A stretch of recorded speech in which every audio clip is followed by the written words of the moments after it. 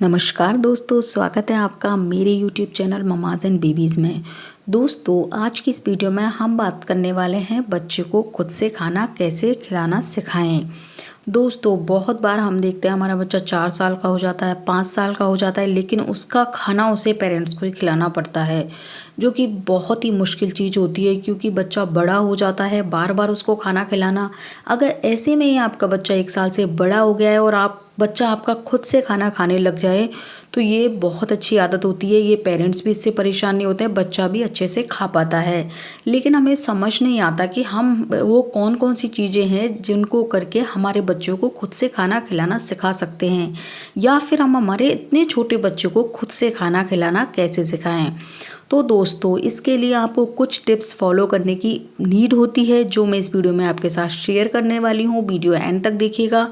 साथ ही मैं इस वीडियो में आपको एंड में बताऊंगी कि कौन सी चीज़ें हैं जो आपको बिल्कुल नहीं करनी है, जिनकी वजह से जाने अनजाने में आपका बच्चा खुद से खाना नहीं खाता है। तो चलिए दोस्तों, अब हम शुरू करते हैं हमारा वीडियो। लेकिन हाँ, आप मेरे चैनल पे नए हैं तो मेरे चैनल को सब्सक्राइब कर लीजिएगा। आप मुझे इंस्टाग्राम पे भी फॉलो कर सकते हैं, जिसका लिंक आपको डिस्क्रिप्शन बॉक्स में मिल जाएगा। तो चलिए दोस्तों, अब हम शुरू करते हैं हमारा वीडियो।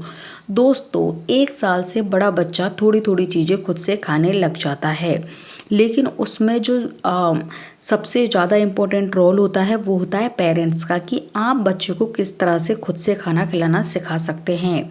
सबसे पहली चीज़ कि आप आपके बच्चे का खाने का टाइम फिक्स करें। आपका बच्चा जैसे 6 महीने का हो जाता है, ब्रेस्ट मिल्क से जब बच्चे का जो ट्रांजैक्शन होता है सॉलिड में, तब से ही आप बच्चे का टाइम फिक्स करें कि आपको बच्चे को कब ब्रेकफास्ट देना है, कब आपके बच्चे को स्नैक्स देना है, कब आपके बच्चे को डिनर देना है, कब आपके बच्चे को लंच देना है। धीरे धीरे दोस्तों, उसको एज के अकॉर्डिंग हमें हमारे बच्चे को मील देनी होती है। जैसे कि 6 महीने का बच्चा है तो अभी आप सिर्फ 2 बार खिलाएंगे सॉलिड।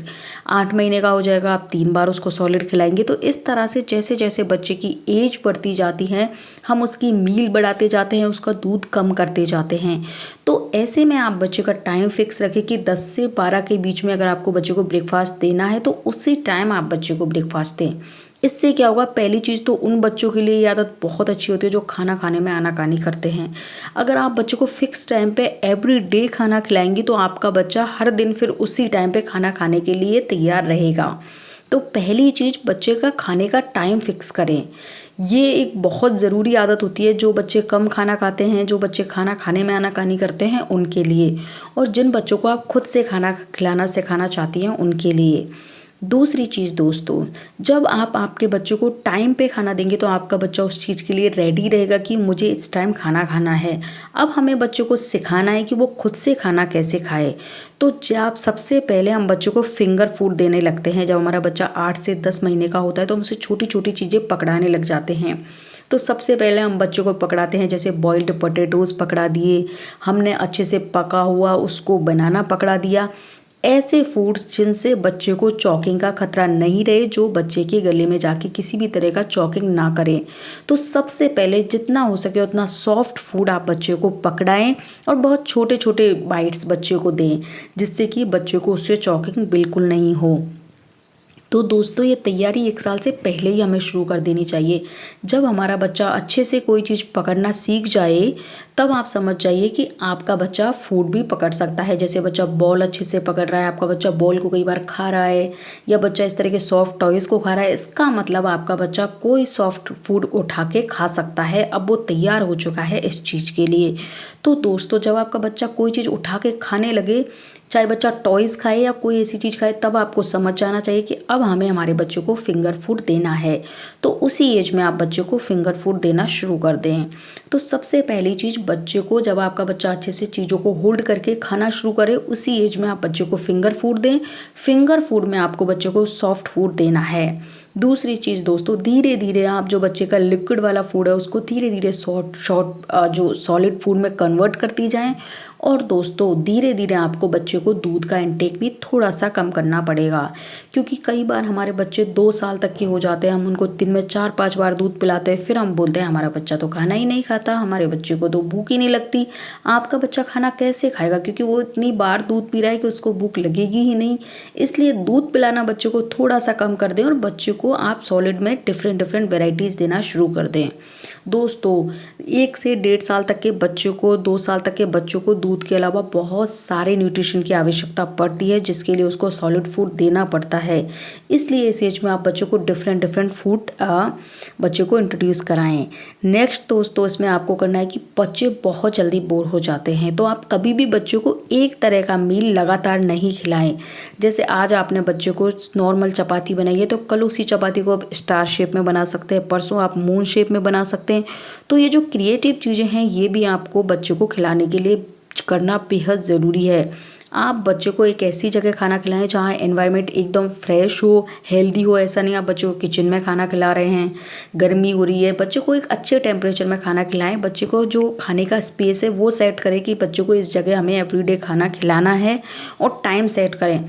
फिर आप बच्चे को डिफरेंट डिफरेंट फूड्स दें, जैसे कि कभी आपने बच्चे को मून शेप में चपाती दे दी, कभी स्टार शेप में आपने सैंडविच बना दिया, कभी बच्चों को इस तरह के शेप्स में आपने स्टार शेप में बच्चों को कुकुम्बर कट करके दे दिए।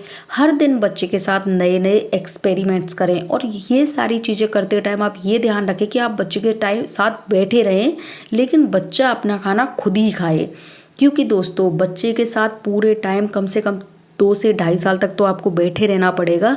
अदरवाइज़ दोस्तों बच्चे कई बार खाना फैला देते हैं, कई बार खाना खाते नहीं हैं, और कई बार खाना खाते हैं तो कुछ ऐसी ऐसी चीज़ें कर देते हैं जो कि हमें खाना खिलाने से ज़्यादा उसको ठीक करने में टाइम लग जाता है।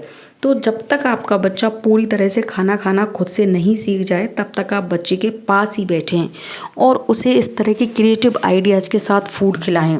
हर दिन आप बच्चे को तरह तरह की शेप्स में फूड खिलाएंगी, तरह तरह के शेप्स में आप बच्चे को फ्रूट्स खिलाएंगी, तरह तरह की शेप्स में डिफरेंट डिफरेंट फूड्स आप बच्चों को देंगी, तो आपका बच्चा खाने के लिए अट्रैक्ट होगा और वो खुद से खाने की कोशिश करेगा।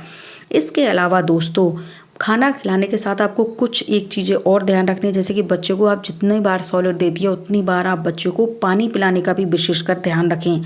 बहुत बार पेरेंट्स होते हैं कि पानी पिलाना भूल जाते हैं, फिर बच्चे को कॉन्स्टिपेशन हो जाता है, बच्चा खुद से पानी नहीं पीता है। तो खाने के साथ ही आपको बच्चे को ये भी सिखाना है कि उसको बार बार पानी भी पीते रहना है। अगर बच्चा ध्यान नहीं रख रहा है तो आप ध्यान रखें। लास्ट बट नॉट लीस्ट दोस्तों, आप जब भी बच्चे को खाना खिलाती हैं तो खुद से आप उसको राइम सुना सकती हैं, खुद से आप स्टोरी टेलिंग कर सकते हैं। इससे आपके बच्चे की क्रिएटिविटी बढ़ेगी, बच्चे की इंटेलिजेंस बढ़ेगी, और बच्चा खुद आपके साथ राइम्स गाएगा, एंजॉय करेगा और खाना खाएगा। इसी के साथ बच्चा स्टोरी टेलिंग भी सीखेगा। लेकिन दोस्तों कभी भी आप बच्चे को मोबाइल या टीवी दिखाकर खाना नहीं खिलाएं, नहीं तो आपके बच्चे का पूरा कंसंट्रेशन मोबाइल और टीवी पे रहेगा। वो बच्चे का खाना बिल्कुल वो फोकस होकर खाना नहीं खाएगा, और वो खुद से भी खाना खाने की कोशिश नहीं करेगा, क्योंकि वो तो पूरा टाइम अपने मोबाइल और टीवी में ही ध्यान रखेगा।